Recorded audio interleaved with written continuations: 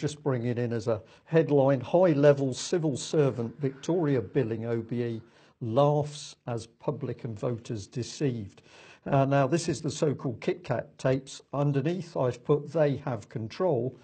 This is a statement that's been made to David Ellis by an MP that we're not allowed to name at the moment. But that MP clearly very, very worried about what he has started to understand is going on in Westminster. And his response to this expose is "they have control." So this is a group buried within the government who are now controlling things. Well, we've got to say thank you to the Sun, because it was the Sun that decided to break this story.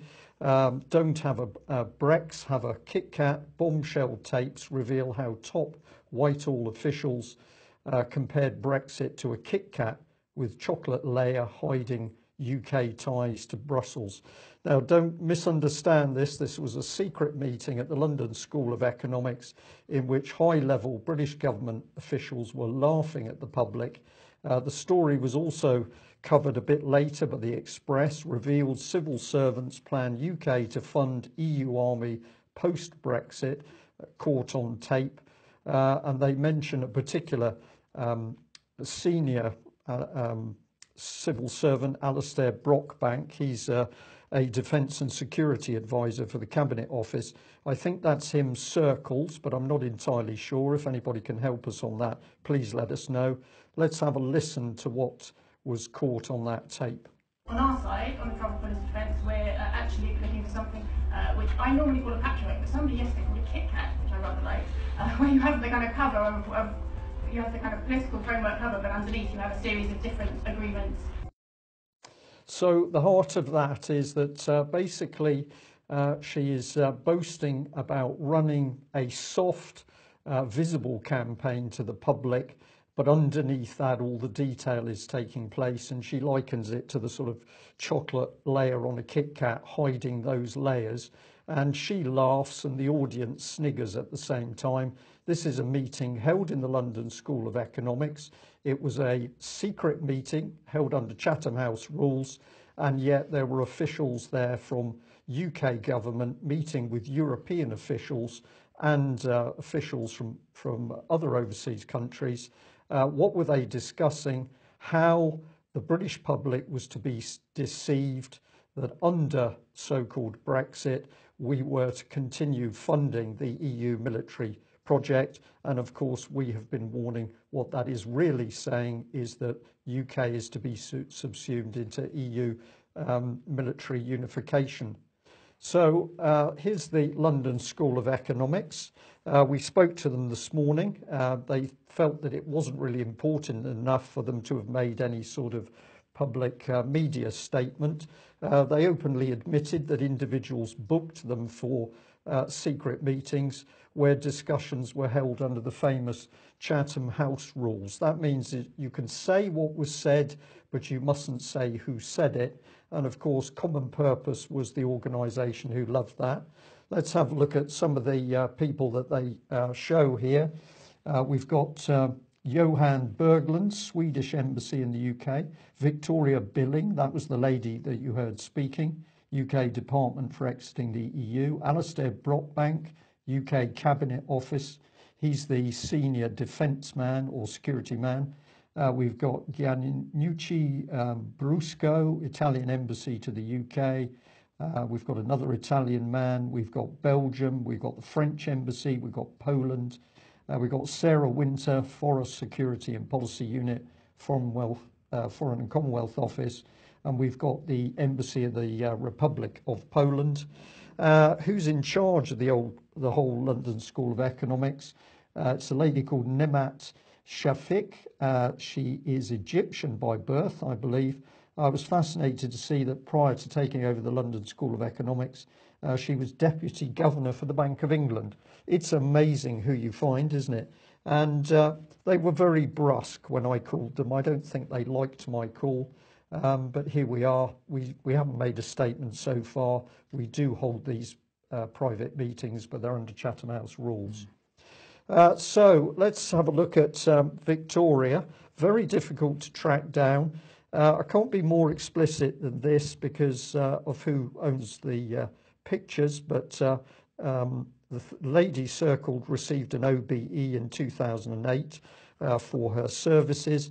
Where had she been working? She'd been working as Deputy Consul General, British Consulate General, Jerusalem.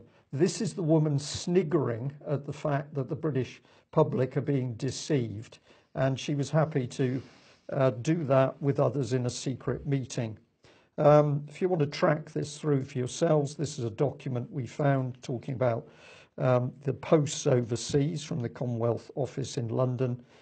Here's the Jerusalem connections, and there's Miss Victoria Billing. So this wasn't some silly young schoolgirl who was doing this. This is a senior civil servant.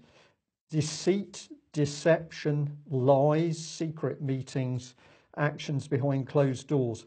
David, just a short response, and I'll follow on with some of the responses we've had from other politicians. I was looking while you were talking at Alistair Brockbank's LinkedIn page, so you might be interested to know that he has a BA from King's College London in War Studies and History, focusing on counter-terrorism, intelligence sharing, and former Soviet Union relations. And he followed that up with a master's at Cambridge, master philosophy, focusing on security sector reform in post-conflict states. So that's where he's coming from. He's been at the Cabinet Office, he's been at the Commonwealth Office, and he's been a policy advisor for exiting the European Union. Fantastic, isn't it? Okay, well, let's have a look. There were some comments by a variety of people. We picked up on what Mr. Rees-Mogg had to say. He said this: "It is wrong for British civil servants to be briefing the other side, except in a formal negotiation context. Former civil servants rounded on Brexiteers a few months ago and compared them to Nazis for questioning the traditions of the civil service. And now we have civil servants appearing to brief against their country." Well, there's no appearing, Mr. Rees-Mogg, at all. They were doing it, and they were recorded doing it. Is this sedition? Some people might think it is. But how remarkable that if you call for Brexit, you are a Nazi. What a wonderful country we live in. The KitKat comment is a clear attempt to hoodwink voters. This looks like a clear attempt to fix the game, and this must be formally investigated urgently. So this is remarkably serious stuff.